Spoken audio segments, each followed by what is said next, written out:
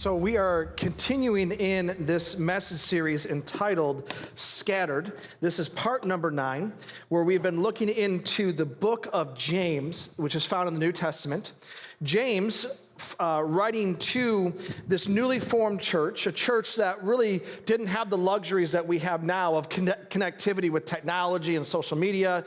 The only real way for James to speak to these early believers in the gatherings that were scattered all throughout primarily Jerusalem and the surrounding region was for him to write a letter. And that's where we get the book of James. In fact, it was one of the earliest, if not the earliest, books written to the newly formed church. And so it was written primarily to bring encouragement and practical instruction. And it does that. If we're now part number 9 into this, well, for the last 8 parts, we've dug pretty deep. We've gone some places that are maybe not the most comfortable, but it's places that James felt the early church believers needed to know about in order to live godly lifestyles, in order to be a light in the midst of darkness. And I believe for us, some 2,000 years later, that it's just as much for us now as it was for them then. We ourselves are scattered. Like I said and been saying, we have more people online than we have in person, and that's great. I'm so thankful for the technology. Because of what's going on in this world, we are scattered for very different reasons, and yet God has still called us first to live according to His kingdom, so for His name's sake, and to live to bring honor to Him, but also as those of us that are a part of Radiant Church, that we can be together in unity the way that we should live our lives in step together. And so James chapter 1, verse 1, this is how we greets and welcomes the church. So imagine this letter being passed around from home church to church, some big, some small, and they start off with James chapter 1, verse 1. A servant of God and of the Lord Jesus Christ, to the 12 tribes scattered among the nations, greetings. That's probably the most friendly part of the entire book of James. The rest of it is pretty heavy-handed, including and especially today. James chapter 5, if you'll turn there, we're going to stay there for almost the entire message. James chapter 5, beginning in verse 1, says, "Come now, you rich, weep and howl for the miseries that are coming upon you." It may not be the most fun message you're going to hear the entire year, but I promise you, or at least I hope, that as we get through this message, that it will be a blessing, and just like it was meant for the early church, a source of hope and encouragement, but also a little bit of correction too, maybe in some of our hearts. So again, come now, you rich, weep and howl for the miseries that are coming upon you. Your riches have rotted, and your garments are moth-eaten. Your gold and silver have corroded, and their corrosion will be evidence against you, and will eat your flesh like fire. It's just such vivid language. It's just not, this is probably not the verse you'd read to somebody when you're first trying to explain to them who Jesus is. Like, you're rotten, and you're moth-eaten, and you're corroded, and there's corrosion that's evidence against you, and you'll eat your flesh like fire.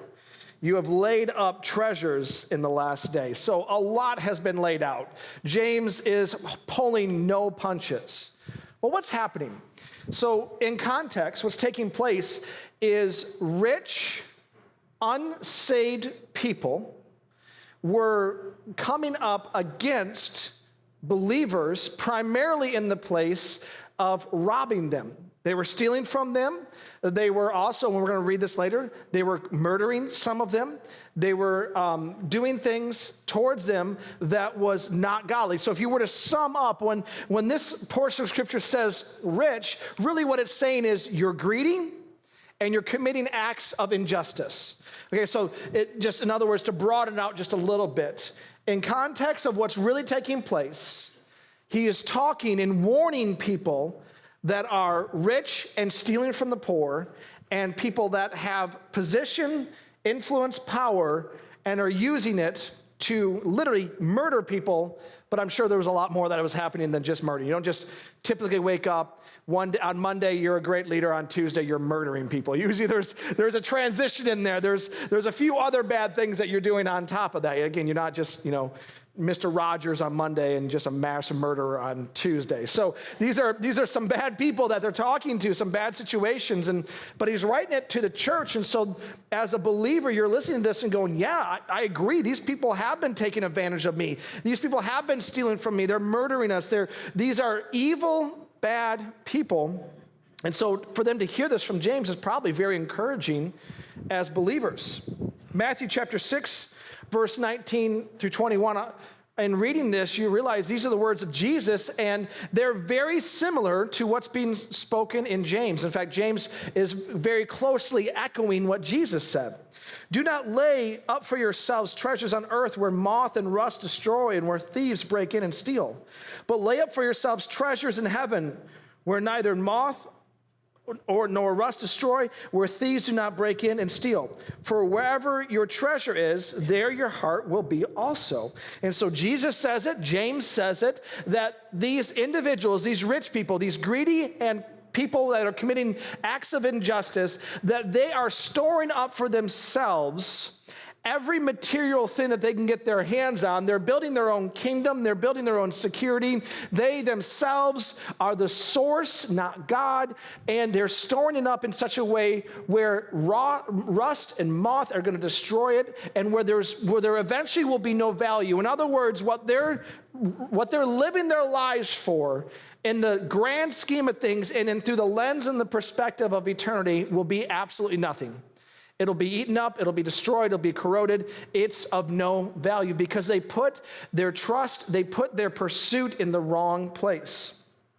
See, materialism, a word many of us are familiar with, just simply means this: relying on and devoting oneself to. And then you can fill in the blank. Relying on and devoting oneself to. And so this can be your paycheck. This can be vacations. This can be a brand new car. All these material things. But honestly, you could almost loosely apply the definition of materialism to other things. We pursue fame. We pursue having as many friends as possible. We pursue that next title at work. So this consumeristic mentality, maybe that's a better word than materialism, where it's I need to get as much as I possibly can, build up the bank account, build up the portfolio, and live the life that I want. What Jesus is saying and James is saying is you are building up something that will eventually be destroyed because it's not based on eternity. It's not based on following God. It's not based on introducing other people into a life-saving relationship with Jesus Christ. And so there is a limit to your lifelong pursuits. James is really laying out and reiterating what we find throughout the New Testament, and Old for that matter, that the worldview of the Bible is not that you are an owner, but you are more of a tenant, or you're more of a steward, maybe would be a better word, which means every single thing that we have in our life, all the good, the paycheck and all the things that come from that, including the very breath in our lungs, our life itself comes from God. He is the owner. He's the one that we have to give an account for and how we handled things, which is why we have to be a good steward of our time, our talent, and our treasure. In fact, it says in Psalm 24, verse 1, the earth is the Lord's and the fullness thereof, the world and those who dwell in it. And so this is mine, and I'm going to get as much as I can get. This is God, every single thing that I have. Every moment and every second here on this earth, every talent that you've given me, every bit of money that you've entrusted in my life, every person that you allow me to have a voice into, every single thing that's in my life, it belongs to you. The world and the fullness thereof, including my very life. And so because I recognize that you're the owner, not me, I will live differently, and I will live as a steward that says, I want to do everything that I can, everything within my power, not to bring shame to God, but to bring glory to God's name. And when you start to look at it through that lens, you have to start asking yourself, am I really doing that? Is that really how I'm living my life? Is that actually the first question that I ask when I seek the Lord? Is, God, how can I glorify your name today with, and then fill in the blank? See, materialism relies on and pursues fill in the blank, whereas humbling yourself and being someone that's a good steward or a good tenant, you don't pursue and rely on the blank. You say, whatever the blank is, God, I recognize it's from you, and it will also be to you. And the reason why I keep saying the word blank is it's not all the same for all of us. Some of you, you're consumed with your paycheck, how much I make, how much I'm going to make next year. What about this quarter that's coming up? Am I going to get a raise? Some of you could care less about that. But all you can think about is that next toy, that next thing, right? Like for me back in the day, it was the iPhones. Everything, iPhone, iPad, iWatch, until I got an iWatch. I'm like, well, this is stupid. I don't want an iWatch. And so like, it was, if I'm not careful, that's what I want, and that's what I'm going to keep fighting for. And it doesn't mean I'm evil or that you're evil. It just means we have to continually check our heart, which is what James is doing by writing this. You know, what I like and dislike about this portion of Scripture is how vivid the language is.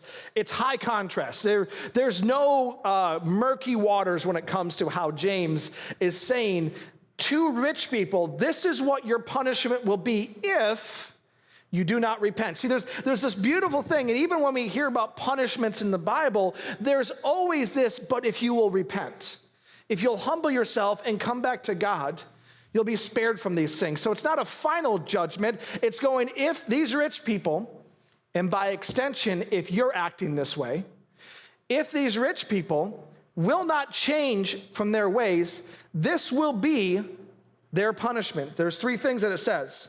Not that we're going to dive too deep into any of them, but the first, it says that your riches, they're rotten and they're moth-eaten. For a rich person to do everything they can to consume and gain and add and pile up their net worth, it would be great despair to see that destroyed, lost, or taken away. I mean, if that's your goal, that's the aim of your life, and then all of a sudden it begins to be eaten, it begins to rot, you're seeing the summation of your life fall away and slip through the cracks. That would be very difficult for someone to deal with. The next one, it says that there's corrosion. Well, corrosion is like an acting, it's active. It continues to do that. Don't trust me? Buy a car and let it sit in Michigan for 5 years. See what happens. Drive it on the roads. That's why we always want a Florida car, because there's not that much salt. There's not rust. There's not corrosion near as much. No one wants to buy a car from Michigan.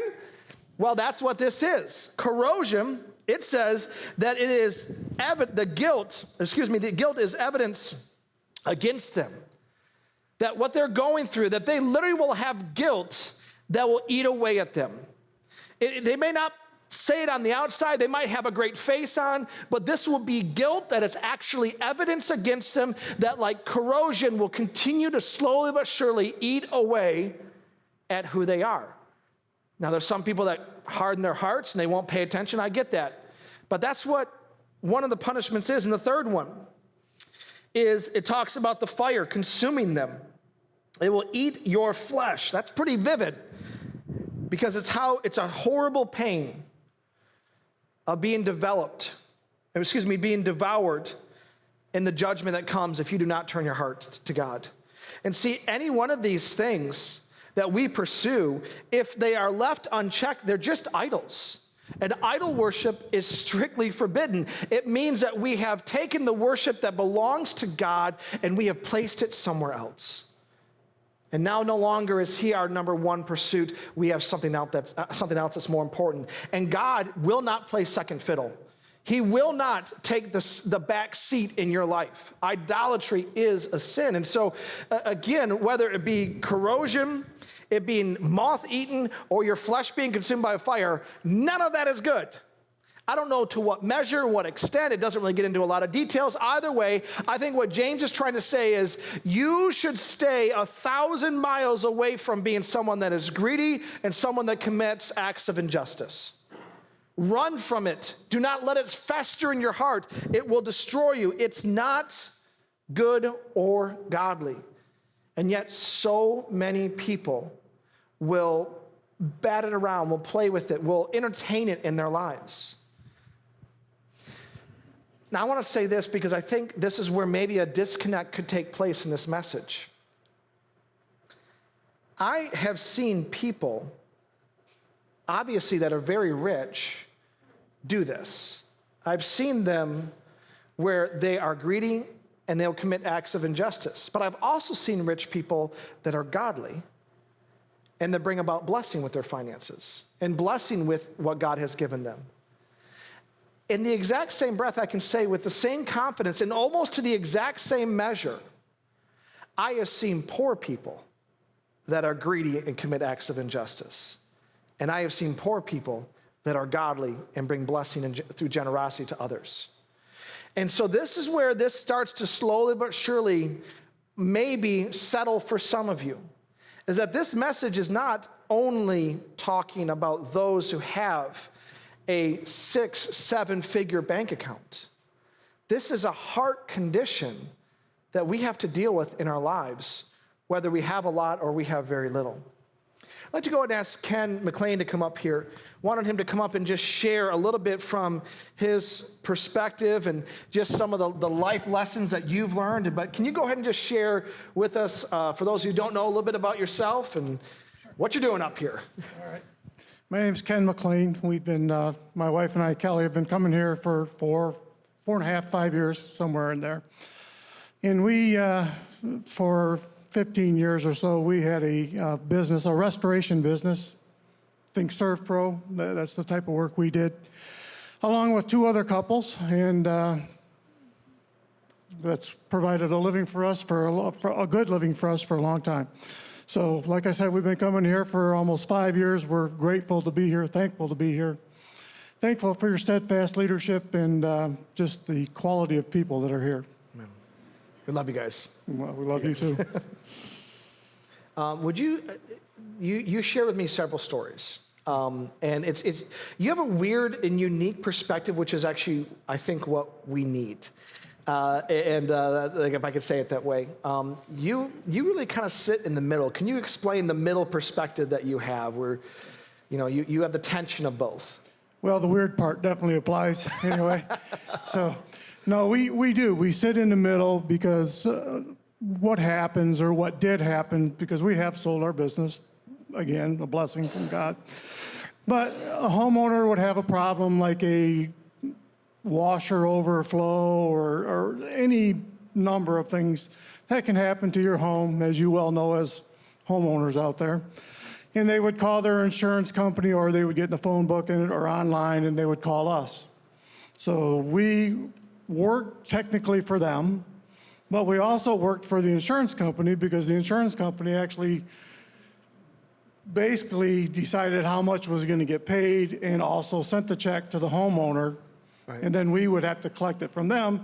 And then also we would have to have subcontractors go out and do a lot of our work, because we would usually have anywhere from 25 to 100 or 125 jobs somewhere in there going at one time.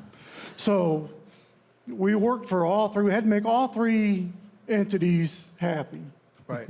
And this is a small area. That's a lot of jobs and going on at once. But you've had opportunities where, honestly, you've been robbed effectively. Yes, yeah. we have. Can you share about that a little bit? Yeah. One specific that I remember very well was a really, really nice home out on Lake Michigan. Yeah. And I have to say, when you pull up to the house, you have a preconceived, oh, this is a really nice house, we shouldn't have any problem getting paid, those types of things. Yeah. And then when you go to the other spectrum, sometimes you think, well, there's no way these people are going to be able to pay us. Right. But it's not that way. It worked both ways. But one in particular, we pulled up, and this gentleman this was a second home. So he lived, I believe, down in Georgia, and he had a caretaker type person. Right. That basically took care of his stuff. Well, we did the job, went through the whole job. Everything went well. The caretaker was extremely happy. Well, then the homeowner showed up. And then he decided he didn't want to pay because this wasn't basically his fault that this happened. So all of a sudden we started getting into a situation where we had to try to now collect from the homeowner because the check was in his name. So that was one in specific, but it happened all the time that way because people have a deductible to meet, and sometimes it's up to $1,000 and they just don't have the money, or for whatever reason they don't feel that they should be paying it.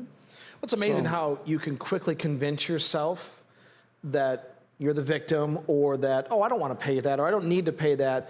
And again, take it away from the details of what you're saying. It's very easy for all of us to convince ourselves of why we're doing what we're doing. Yeah. And now, but the problem with that is the people that you have to pay. Right.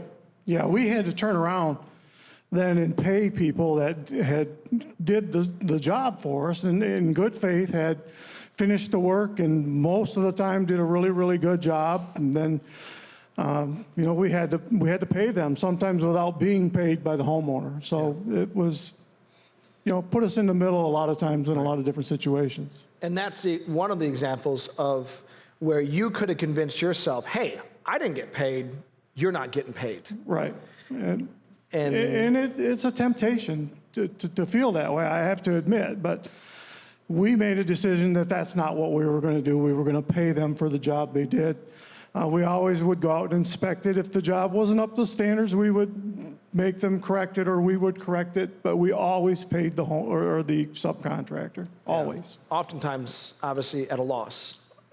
Yeah, unfortunately, yes. Yeah. It says in the next verse that we're reading through, James chapter 5, verse 4, it says, behold, the wages of the laborers who mowed your fields, which you kept back by fraud, are crying out against you.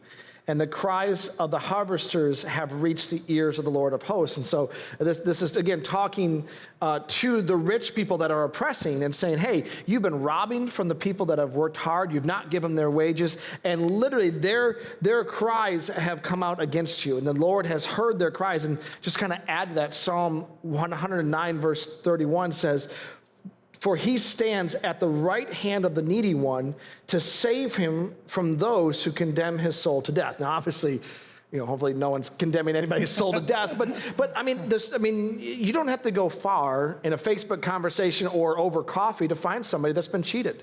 Find somebody that's been done wrong.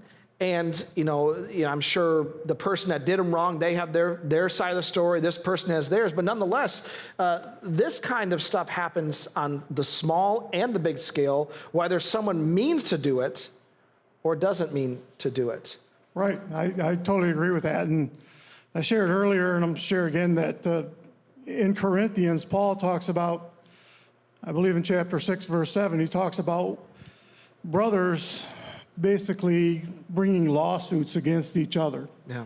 And you know, sometimes we worked for fellow Christian people, sometimes, majority of the time we didn't. So our decision had to be, do we treat these people different? And no, we didn't. We needed to treat non-believers as we treated believers, the same way. So lawsuits to us were not even we didn't even think about those. We're not going to do that to collect money. Right.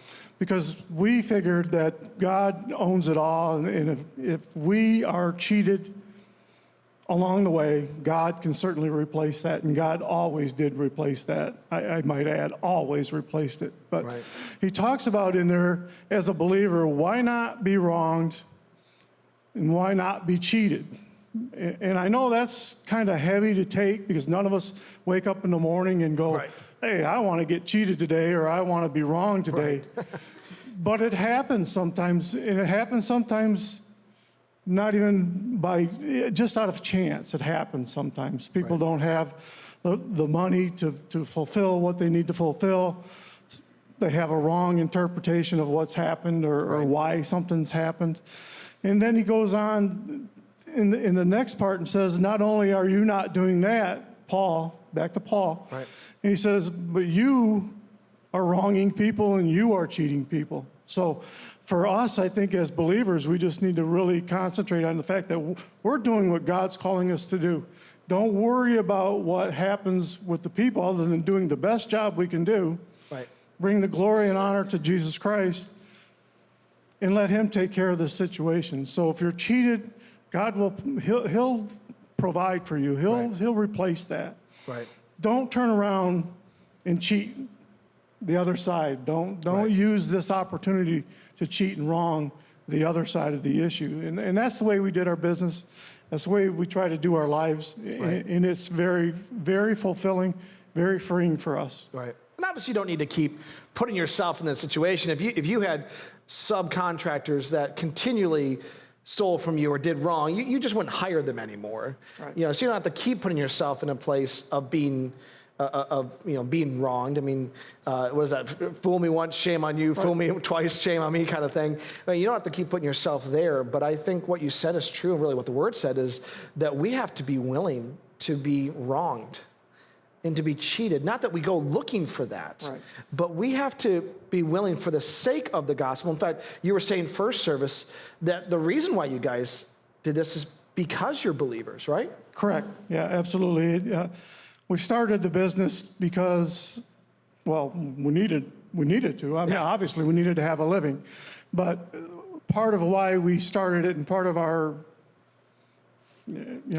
our push behind starting it was we never wanted to have to do anything illegal or cheat anybody to get paid or to make right, more money from the insurance company, because unfortunately, there's a lot of people out there that do pad bills and do things like that. Well, there's a lot of insurance fraud Yeah, out there's there, a lot of sure. insurance fraud. So our intention was to never do that.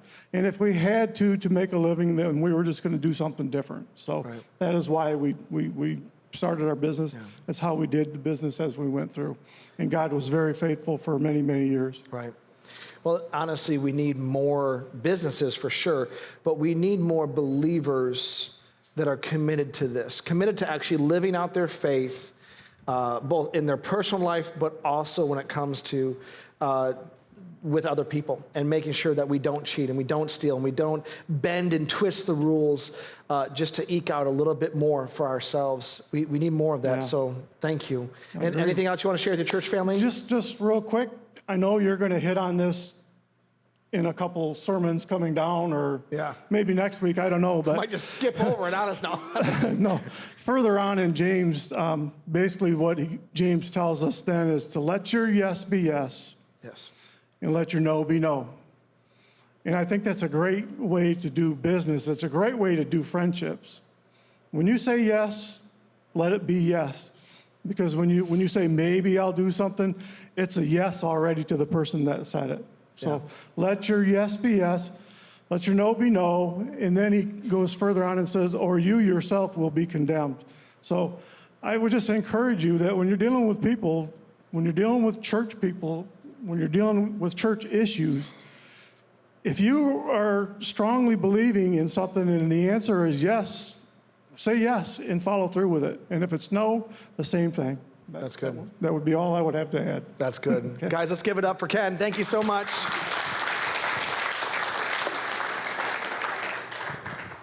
And so, as I mentioned right before Ken came up here, that the temptation with this is for us to make the situation black and white. In fact, we like to do that. We love to have definitive bad guys and definitive good guys, right? There's good, there's bad, and that's it. But the problem is when we do that, we make the bad guys, we turn them into evil, terrible people that we don't want to be around. We don't want to pray for them. We don't want to bless them. We don't want to see them or even acknowledge that they're still a child of God. And so they're evil, we can hate them. And on the other side, these people over here that are good, because they're not evil, they're good. Therefore, there's no way that there's sin in their hearts. There's no way that there's corruption. There's no way that there's greed in their lives. And we love to just separate black and white and make things simple like that. But the reality is our life and our walk with God, it is moment by moment.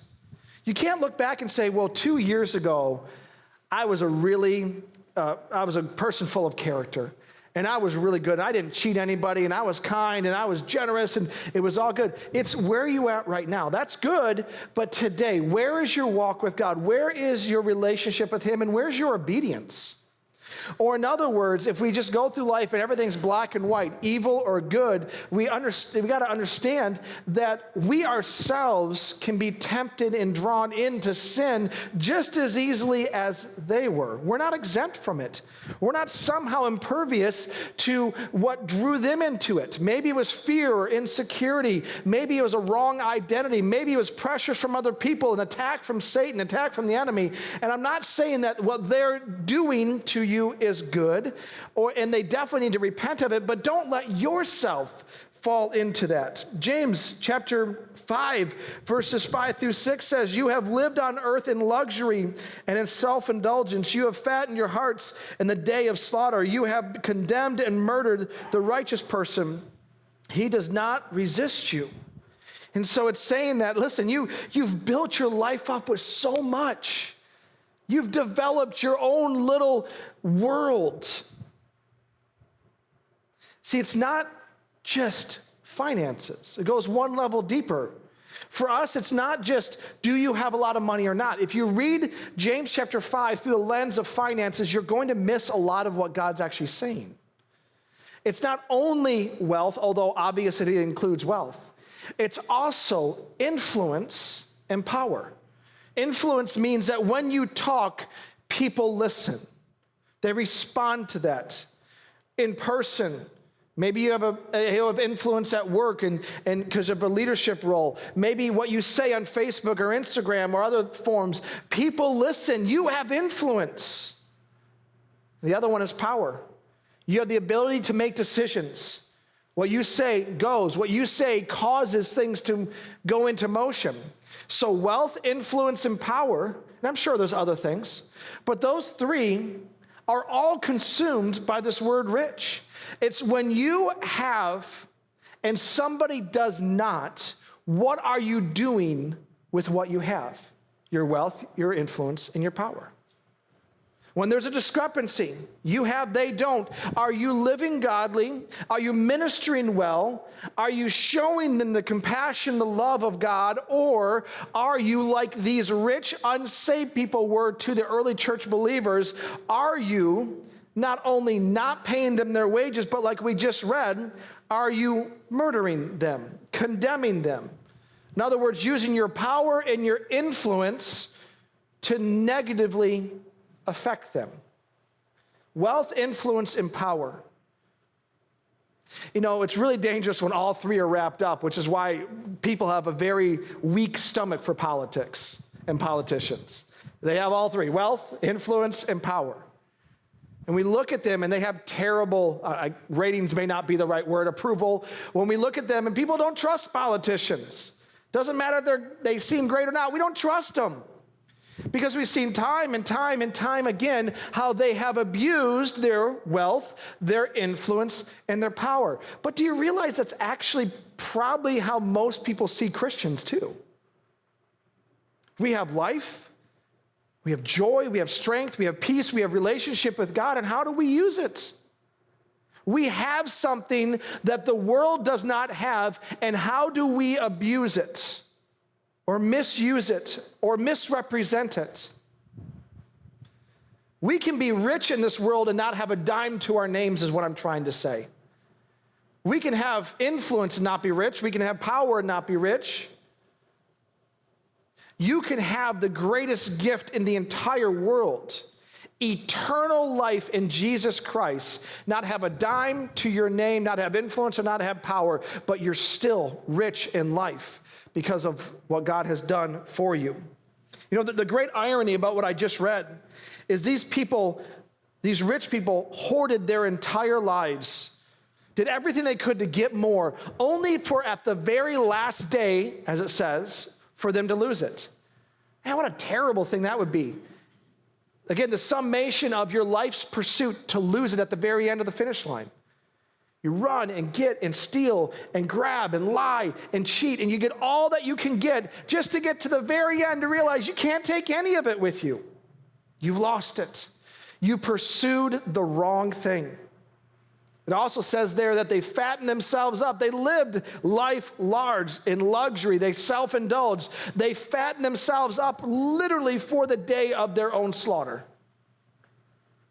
They just led themselves to the place of destruction, led themselves to the place where their fattiness, if you will, was to the place where it consumed them. Again, very brutal language that James uses, but it's clear. There's no confusion in it. I hope you're hearing me when I say that this is not just about finances. The irony is, in all of this for our own lives, that what we pursue, if it's not God, in the end, we will lose it. And what we pursue, if it's not God, in the end, will destroy us. And we think it gives us life. We think it gives us the answer. We think it gives us the better version of life. In the end, it ends up robbing us, leaving us, and destroying us. I have, my family and I, we have 3 animals. One is a guinea pig. Her name is Nibbles. We have a dog. I have no idea what kind of dog it is. It's white, cute little dog. We've had her for a while. Her name is Zoe. And we have a new puppy. We call it our COVID puppy. We bought it during, or I guess we're still in the middle of all of it, but at the early beginning of springtime. And we thought we were buying a Shih Tzu, and I don't think it is. This is one of those backyard breeder kind of things, and I don't think that we bought the right kind. Anyway, so I don't think it's that, because we definitely paid for a purebred. I can say that. This is what happens when you look things up on your phone while in Grand Rapids. Like, you probably should do a little more research on that. So we paid for a purebred, but I think we got a mixture of a Chihuahua and a wiener dog. I'm not sure. Like, you'll see it here and say, so we call her our Chowini. Her name is Chloe, but we always call her our Chowini, and I love Chloe. I love the other dog, Zoe, too. I love Nibbles. I don't really like... Nibbles just stays in her cage. She doesn't do anything. But I love Chloe. She's like, I can't have cats. I'm allergic to cats, so she's like my cat. I pick her up and I cuddle with her, and she just nuggles with me, and I'll hold in my blankie, or her blankie, not mine. That's weird. Anyway, my dogs love taking a walk. In fact, here I have a video. Go ahead and show them that video. This is my kid. I call them my kids sometimes. My puppies. On the right is Zoe. Right there, you see in the middle, that is Chloe. Yeah, there's my little Chowini. My Chloe, my Chowini. I love her so much. And now Zoe walks normal. Like, there's no pressure on the leash. She knows how to walk, but Chloe is all over the place. She's always pulling on the leash, and she's like choking herself. And there's times where she's running and her front paws aren't even touching the ground. She's trying to get ahead so much.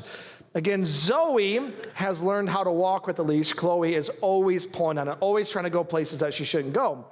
And yes, I know Zoe and Chloe is confusing. Why would an adult human being name 2 dogs so close to each other? I don't know. It wasn't my naming. All I know is my dogs are constantly confused. I call Zoe, Chloe shows up. I call Chloe, Zoe shows up. It's a very confusing thing. When we go for a walk, they see the leash, they get excited, especially Zoe, because she understands what it means. For them, they are very much domesticated indoor dogs. They have 0 survival skills whatsoever, much like me. I know this because I put them outside and immediately they run for the road, like somehow the road is safety. I don't know. So I know that this animal would not survive long without us. And so when they see the leash, they get excited because they know it's like freedom. We're going to go outside. We're going to go for a walk or for a run, and we're going to get a chance to get out of the house and have some fun. So that's what it means for them. But quickly, especially Chloe, realizes that on a leash, there's limits. And you can't go too far, and we're going to control the situation. We look at it as this keeps these animals alive, because I don't want to have that conversation with my kids, right? And so the leash is seen very differently. We see it as a way of controlling, as a way of limiting, if you will, warning the dogs of danger by saying you can only go this far. This far is safe. Beyond that, you're on your own. Whereas the dogs see it as freedom. This is great. We're going to go have fun. We're going to go pee everywhere. That's what the dogs see. And so when we go for a walk, both realities exist. The leash for us, the warning, the limitation exists, and the leash for them, freedom, exists complete together. And so there's no difference. It's the same leash, just very different perspectives. Well, the same thing is true with what James is saying. James is not writing this to a black and white audience, and that's how we should filter it through. There's actually a if you were to read it that way, you would read it like this. James, you're writing to the early church believers. We're the victims. We're the poor ones that have been cheated. And we're hearing you say, you've got our back. And these bad, rich people need to stop. So good for you. And rich people would hear that through the lens of, he's condemning us. He's limiting us. So let me bring it back to here. In a black and white world, and if you read it through that lens, you are the early church believer that sees what James wrote as freedom, as an encouragement, as this is the best day ever. James is finally coming to our defense. And if you're a rich person, you see it as the limit. You see it as the warning. You see it as no more. You cannot, what you're doing is wrong. You're not going past this point. But let me read out of a commentary, the IVP New Testament commentary, one of the ones I read of when I study. These suffering Christians would be easily tempted to become discouraged, resentful, vengeful, jealous, and covetous, and so to become just as thoroughly corrupted by materialism as their rich oppressors. When James is writing this, he's not writing to say, you're the victim, they're the bad guys. He's writing to say, yes, what they're doing is wrong, and you've been cheated, but let me be very clear that if you don't protect your heart, you will become like them. Again, let me read that. The suffering Christians would be easily tempted to become discouraged, resentful. We get that. If you were being oppressed, for sure. But then out of that flows, you become vengeful, you become jealous, you begin to covet, and then you become thoroughly corrupted in your own heart, just like those rich oppressors. And so this is not we see this scripture through freedom and all those rich, nasty, horrible people see it through limitations. It is both. For us, we have to recognize that when bad things are done to us, it's not the heart of God. But we also have to recognize that we can't turn right around and do those things to other people. This is a warning for us as much as it is freedom. I'm thankful that in God, that he does not want us to be oppressed and to have injustices done to us. He does not want us to have our lives warped and twisted by other people and by evil intent. So there's freedom. I'm thankful for that. But he also does not want our hearts to become corrupted and go down the exact same path of the people that we despise. How easy is it for us to point at politicians or to point at our boss or to point at this person or that person and go, they're the problem. I'm white, they're black, good, evil, that's the issue. And God's saying, don't look at it that way. Examine your own heart. Be mindful that you are keeping your intent and your thoughts and your motives right with me.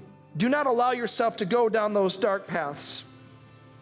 A recent study in August 2019 just came out, and it's talking about looking into the wealth of poor people in America versus the rest of the world. And we know there's many studies out there. Some are contested, some are incomplete or biased. We get that, and maybe this one is as well. But this is what it says. After accounting for all income, charity, and non-cash welfare benefits like subsidized housing and food stamps, the poorest 20% of Americans consume more goods and services than the national averages for all peoples in the most affluent countries. So they're saying is the measuring rod is not so much what you make, because that leaves out all the other subsidies. A better, more well-rounded measuring rod of your true wealth is actually what you purchase, your goods and services. Whether that's true or not, what it's saying is that the poorest 20% in America, if they were all rounded up and made into their own country, they would be wealthier than the vast majority of nations. And actually in the study it talks about European nations and the vast majority of nations worldwide.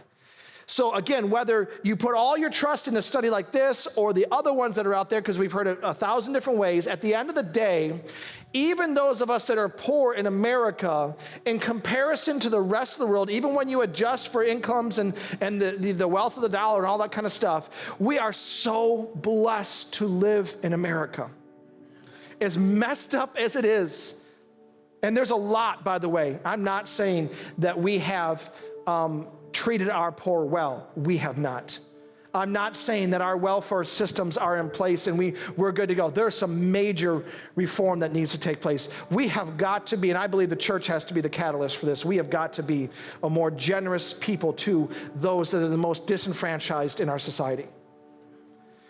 But even in that, if we were to stand in front of other nations and other peoples, they would turn around and they would go, "You're the rich one. What are you doing? You're actually oppressing. You're the one that's hoarding and holding back and not being generous." See, it's all about perspective. And when you cultivate a thankful heart where you continually thank God for what he's doing and has done for you, you do no longer look at what little you have and go, "It's because I have been robbed and I have been cheated and I have been pushed down." But you more see that through the lens of God. With the very little that I have, I will be faithful in it, believing that one day you will give me more. And Jesus says that if you'll be faithful, God says if you'll be faithful in the little, he will entrust you with more. But if you're dishonest with a little, you will not be entrusted with more. So what's our response as believers in this? There's 4 of them. I'm only going to hit one. Talk about one. The 4 are this. The first is intercessory prayer. We have got to be a people of prayer for those that are continually being abused and mistreated, and injustices are being performed against them. We cannot only do the material things, we must also be a people of prayer. So intercessory prayer. We need to proclaim the truth, which means more than just a snarky meme that we put on Facebook or Instagram. We actually have to be people that know the truth, live the truth, speak the truth in all scenarios. And even if that means we lose friends, if that means we lose people, and I know that that's twisted because we just went through a political season and so everyone thinks their truth is most important. We need to speak biblical truth. Biblical truth. The third one is, if necessary, engage in peaceful civil disobedience. I did not say rioting. I did not say violence. I did not say that we're dishonoring. It is peaceful, making sure that our hearts are right, that we don't have we're good, they're evil, we hate them, they're the enemy. They're not the enemy. They're created by God, loved by God. They're children of God. They might just be hurting, and they might just be twisted and lied to themselves by the enemy, so we must have compassion. We pray for them, we speak the truth, and if necessary, peaceful civil disobedience like a protest. It's all biblical, it's all good. Jesus lived a peaceful, civil, disobedient life. He wasn't breaking windows and rioting. He lived a peaceful way about his life. But the fourth one is this: generosity. We need to be people of generosity. 1 Timothy chapter 6, verse 17 and 18. As for the rich in this present age, which I just read to you, as Americans, we're rich. Even when we're poor, we're rich. As for the rich in this present age, and again, it's not only about finances, it's also about influence and power. Charge them not to be haughty, nor to set their hopes on the uncertainty of riches, but on God, who richly provides us with everything to enjoy. They are to do good, to be rich in good works, to be generous and ready to share. That's what God charges us with, because generosity is a powerful antidote to greed and acts of injustice. When you are living and pouring out and sharing and giving the goodness of the life that God has given you, when you are doing that, it's near impossible to be reaching in the back pocket of somebody and also stab them in the back. Generosity is a powerful antidote for greed and acts of injustice. Let's stand up together. Father, I ask that by your Spirit that you reveal to us now, Lord, if there are areas in our lives where we have done wrong to other people, regardless of the reasoning, regardless of what we've convinced ourselves of, where we have stolen, where we have done things wrong to them, unjust and unkind things. God, we want to be people that don't push the limits of your word, that don't push the limits like a young puppy pulling and ripping on a leash, trying to break free from it. God, we want to be those believers that walk in the freedom that your scripture gives us. It's not all doom and gloom. It's not all rot and corrosion and being moth-eaten. In fact, it doesn't have to be any of that if we will run after you. We'll pray. We'll humble ourselves. We'll speak the truth. We'll act with justice. And we'll live with generosity. So God, help us. God, forgive us. And God, will you show us ways new and fresh where we can serve and minister to other people. We love you. We thank you that you are so patient with us, so kind. We don't deserve it, but yet you still are. And so God, even just in that right there, that mercy gift, we recognize that we are rich. Eternal life makes us rich. Relationship with you makes us rich. Your truth makes us rich. We celebrate you, we serve you, and we bring you to the world around us. In Jesus' mighty name, amen.